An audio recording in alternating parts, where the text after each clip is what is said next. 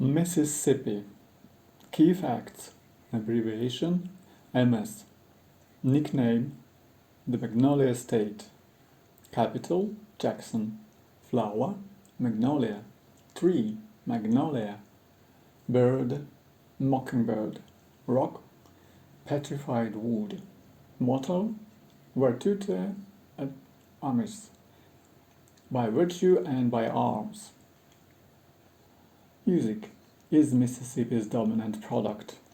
Cotton may once have been king, but Mississippian native Elvis Presley took that title for rock and roll back in the 50s. Elvis was born here, in the town of Tupelo, but he was raised in Tennessee, just as the blues were born here and raised into more popular commercial forms outside the state. For lovers of the true Delta blues, however, Mississippi will always be home. Just think of the names B.B. King, Howlin' Wolf, Muddy Waters, John Lee Hooker, and above all, Robert Jones. Natchez. My first sight of what cotton gave Mississippi, or at least what it gave the white plantation owners, is given in the town of Natchez, where grand antebellum homes abound. They are fine and noble, and the Mississippi River running through looks very Mark Twain. But I head for a local church to listen to some gospel singing.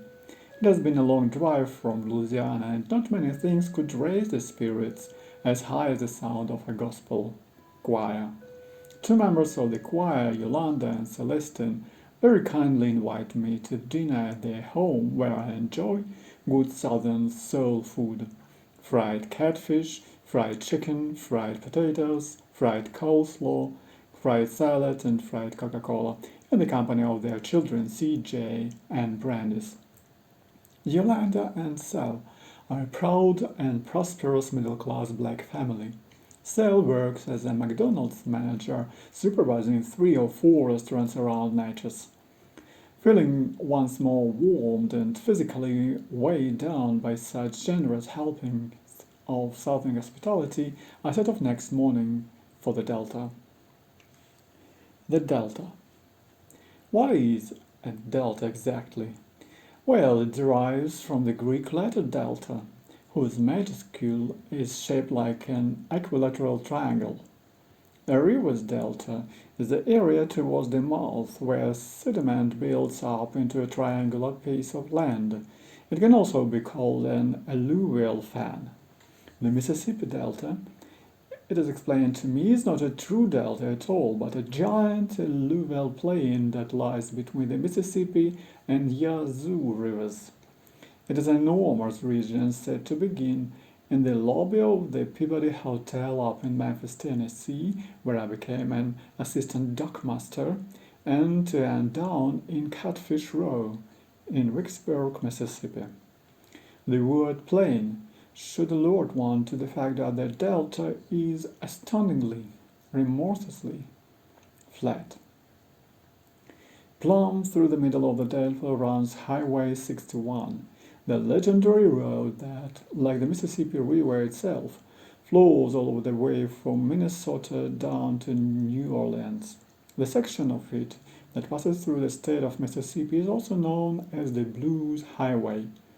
For where it intersects Highway 49 in the town of Clarksdale is the holy place for all lovers of blues music. That crossroad is where Robert Johnson, for many aficionados the greatest bluesman of them all, is said to have sold his soul to the devil in return for mastery of the guitar. The crossroads has been used in song, film, and album titles ever since, and the town of Clarksdale, which styles itself the birthplace of the blues, derives much, perhaps most, of its income from newly established blues trails and heritage blues tour that bring people from all over the world. Mrs. Smith died in Clarksdale. John Lee Hooker and Muddy Waters, like Turner and Sam Cooke, all came from here, and another local, the Oscar-winning actor Morgan Freeman, has opened a blues club called Ground Zero, right by the railway tracks in the center of the old town. Basketball. I travel late afternoon in a classic yellow American school bus with the Clarksdale High School girls junior basketball team. There are, in the language of showbiz magazine Variety, scary to meet on the court of battle the girls of South Panola High in Bettsville, Mississippi. Bettsville is around 40 miles from Clarksdale, and I get a chance to chat with those girls that aren't plugged into the MP3 players. They will polarize those girls of South Panola High.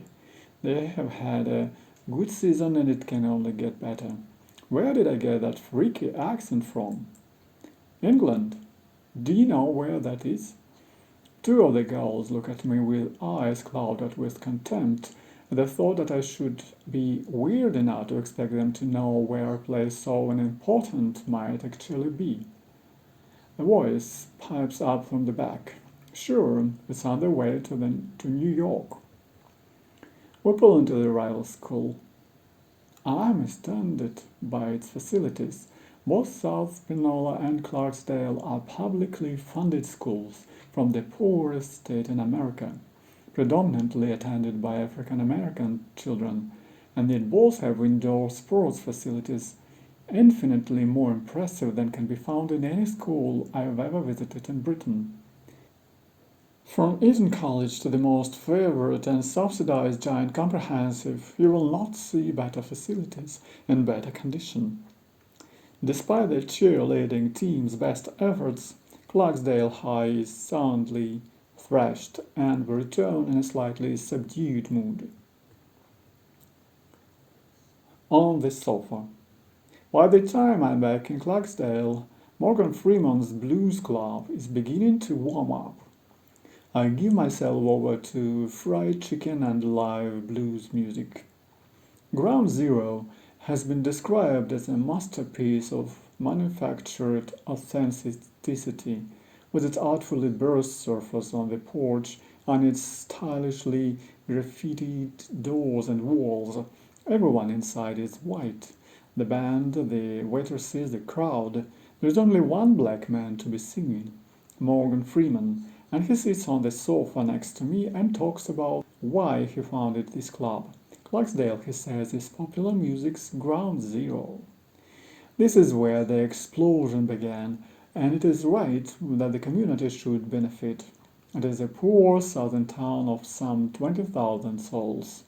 The collapse of the subprime property market, a series of failed harvests, and a general downturn in the American economy have hit places like Clarksdale very hard indeed.